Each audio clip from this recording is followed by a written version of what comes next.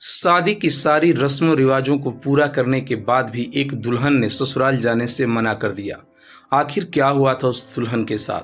क्या हुआ था नेहा के साथ, जिसने शादी के बाद भी, खुशी खुशी शादी करने के बाद भी, सुबह विदाई के वक्त अपने पिता से एक ऐसी बात कह डाली जिसे सुन करके सभी बाराती और इसके रिश्तेदार भी दंग रह गए।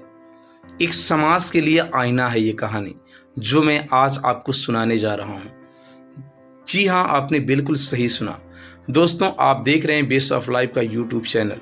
आज मैं आपको एक लड़की की ऐसी सच्ची घटना रखने जा रहा हूं जिस कहानी को सुन करके आपकी रूहें कांप जाएंगी। आपने ऐसी घटना, ऐसी कहानी कभी नहीं सुनी होगी। आप यदि इस कहानी को अंत तक सुनेंगे तो मैं ये दावा करता हूं कि आपके आंख से पानी आ ही जाएगा, जरूर आप रो देंगे। तो चलिए मैं यह कहानी शुरू करता हूं। एक ऐसी लड़की की कहानी जो बचपन से आज तक बिल्कुल हंस मिजाज खुश रहने वाली लड़की की दास्तां मैं आपके बीच रखूंगा। नेहा, उस लड़की का नाम था नेहा। नेहा अपने पिता राधे श्याम की बड़ी बेटी थी। राधे श्याम जी की दो बेटियां थी, नेहा और सुमन। राधे श्याम जी बचपन से नेहा को और सुमन को बड़े ही दुलार प्यार से पालते थे। अचानक बेटी बड़ी होने लगी। अब धीरे धीरे शादी का भार उनके सर पे आने लगा। राधे श्याम जी रात दिन जी तोड़ मेहनत करते रहे ताकि बेटी का हाथ पीला कर सके। फिर अपने भाई, रिश्तेदार, अन्य मित्रों की सहायता से नेहा की शादी तय की गई।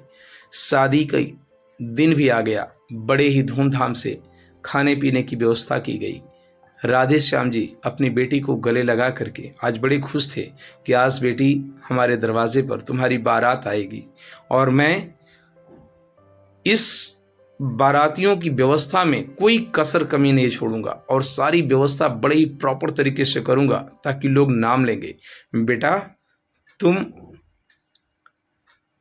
तैयार हो जाओ। इतना कह करके राधे श्याम जी दरवाजे पर सारी व्यवस्था को देखने के लिए चले गए। बारात आई, शादी की रस्म की गई।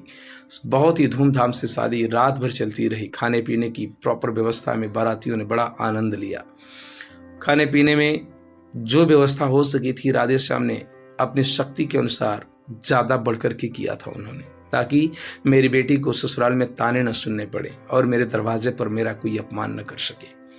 जितनी आमदनी और कमाई थी राधे श्याम जी की, वो सारी झोंक दिए थे अपनी बेटी की शादी में।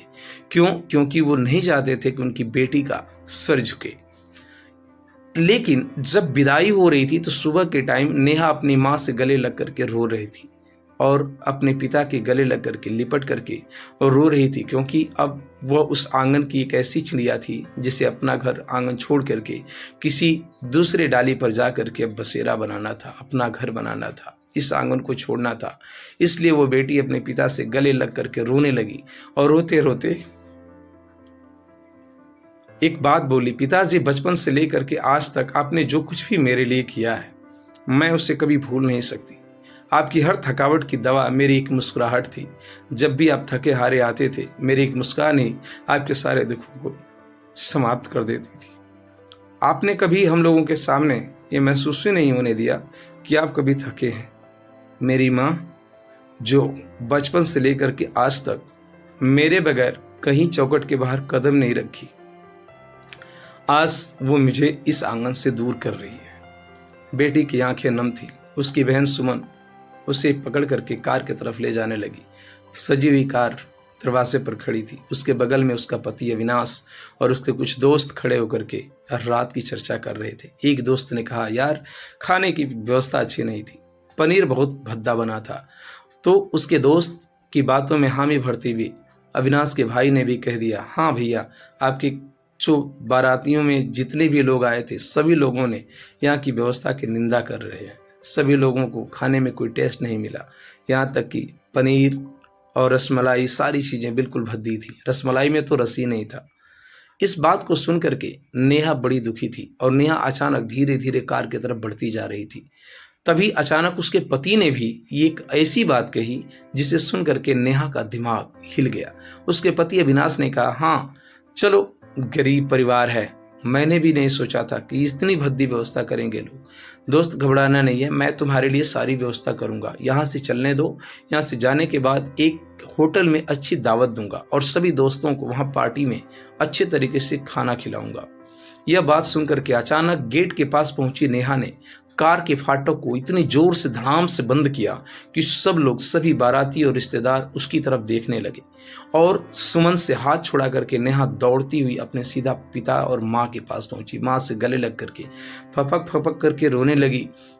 उसके पिता ने आगे बढ़ करके अपनी बेटी को गले लगाया। पिताजी से गले लग करके नेहा ने पूछा, पिताजी क्या आपने खाने पीने की प्रॉपर व्यवस्था नहीं की थी?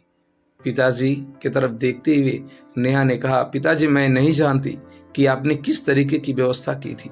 इन बारातियों को और मेरे पति के दोस्तों को खाने का आनंद नहीं मिला। मेरे पति को भी वो कह रहे हैं कि पनीर में कोई स्वाद नहीं था। मेरे देवर जिनको रसमलाई में रस नहीं मिला। लेकिन ये सारी चीज़ें कैसी थी, कैसी बनी थी, ये मैं नहीं जानती, लेकिन इतना जरूर जानती हूँ पिताजी, आपने इस खाने पीने की व्यवस्था के लिए पिछले 1 साल से जो जी तोड़ मेहनत की है वो मैंने अपनी आंखों से देखा है और मैं उसे भूल नहीं सकती। जो आप पिछले 4 महीने से खाने पीने की प्रॉपर व्यवस्था के लिए 2-2 बजे रात तक अपनी बेडरूम में माँ के साथ बैठ करके जो व्यवस्था की बात करते थे वो सब मैं सुनती थी।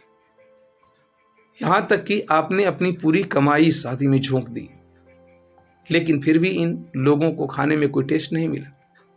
क्या 30 दिन अपने घर पर भोजन करने के बाद एक दिन कहीं किसी के दरवाजे पर जब ये लोग भोजन करने जाते हैं तो थोड़ा सा भद्दा भी हो तो ये बर्दाश्त नहीं कर सकते? इनको ये शायद कब पता चलेगा पिताजी कि इस भोजन की व्यवस्था करने में जितना वक्त नहीं लगा होगा, इसको बनाने में जितना टाइम नहीं लगा होगा, इसकी व्यवस्था करने में सालों साल लगे हैं। मुझे पता है आपने कितनी जी तोड़ मेहनत की है इस व्यवस्था को बेहतर बनाने के लिए। आपके पास जितनी क्षमता नहीं थी उससे अधिक की आपने व्यवस्था की, इसलिए कि मेरी बेटी का सर न झुके, मेरे दरवाजे पर कोई किसी भी तरीके की किसी व्यक्ति को कोई कमी न हो। लेकिन ये समाज इस बात को नहीं समझेगा। पिताजी, मैं ये बात स्पष्ट करती हूँ कि मैं उस घर में बिल्कुल नहीं जाने वाली जिस घर में मेरे देवता तुल्य पिता और माँ का कोई सम्मान न हो। मैं जानती हूँ मेरी माँ ने मेरे लिए क्या किया है। पिछले 1 साल से मेरी माँ ने कोई नई साड़ी नहीं खरीदी, सिर्फ इसलिए कि मेरी शादी अच्छे तरीके से हो सके।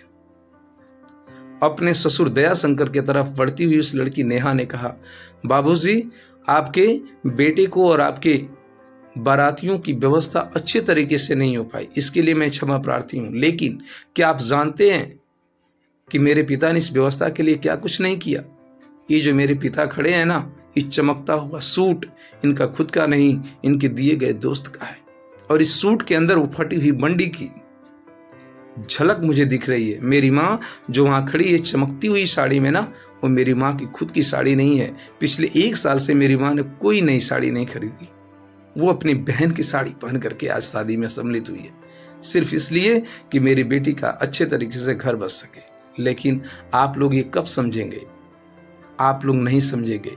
एक बेटी अपने पिता की जिंदगी होती है, एक बेटी अपने माँ की जिंदगी होती है, एक पिता अपने बेटी अपने परिवार के लिए जीता है, खुद की खुशियों का त्याग करके, कितनी भावनाओं को कुचल करके अपनी बेटियों की व्यवस्था करता है, अपनी बेटियों की शादी की व्यवस्था करता है, उनकी खुशियों को बनाता है। मेरे पिता कभी थके हारे मेरे घर पर आते थे तो मुझे कभी महसूस नहीं होने दिया कि वो थक करके आ रहे हैं। मेरी एक मुस्कुराहट ही उनकी दवा होती थी। वो सारे दुखों को भूल जाते थे और मुझे खिलखिलाते हुए गोद में उठा लेते थे। आज वो दिन मुझे याद है जब मेरे पिता अपनी फटे हुए जूते में भी ड्यूटी करने जाते थे, लेकिन मेरे लिए उधर से आते वक्त नए सैंडल आते थे। मेरी माँ मेरे लिए स्कूल जाने का ड्रेस हमेशा बेहतर रखती थी, लेकिन खुद की साड़ी हमेशा सिल करके पहनती थी। मैं कैसे भूल सकती हूँ? आप लोग स्वार्थी हो सकते हैं, मैं नहीं। इसलिए ये शादी मुझे बिल्कुल मंजूर नहीं, मैं इस शादी को बिल्कुल नहीं मानती। मुझे उस घर में बिल्कुल जाना ही नहीं है। इस बात पर दयाशंकर जी ने हाथ जोड़ते हुए अपनी बेटी की तरह बहू नेहा को एक बात कही, बेटी, आज तुमने जो सीख दी है, अच्छा हुआ कि ईश्वर ने मुझे कोई बेटी नहीं दी। आज एक बहू के रूप में तुम्हारी जैसी बेटी को पा करके मैं धन्य हुआ। मेरे बेटे की गलती को माफ करो। मैं हाथ जोड़ के माफी मांगता हूँ। अविनाश जो दूर खड़ा था अब हाथ जोड़े हुए नजदीक आने लगा था। उसकी तो जैसे दुनिया ही रेत की तरह उसके हाथों से फिसलती जा रही थी। कहने के लिए कोई शब्द नहीं था। आकर के हाथ जोड़ करके माफी मांगते हुए कहा, नेहा, मुझसे माफ करो।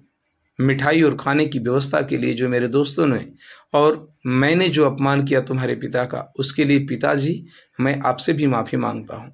मुझे ऐसा नहीं कहना चाहिए था। इस बात को सुन करके उसके पिता ने हाथ से उसके सर पर हाथ रखते हुए अपनी बेटी को कहा, बेटा, इन लोगों को गलतियों का एहसास हो चुका है। अब तुम्हारा घर तुम्हारा ससुराल है और तुम खुशी खुशी यहाँ से जाओ।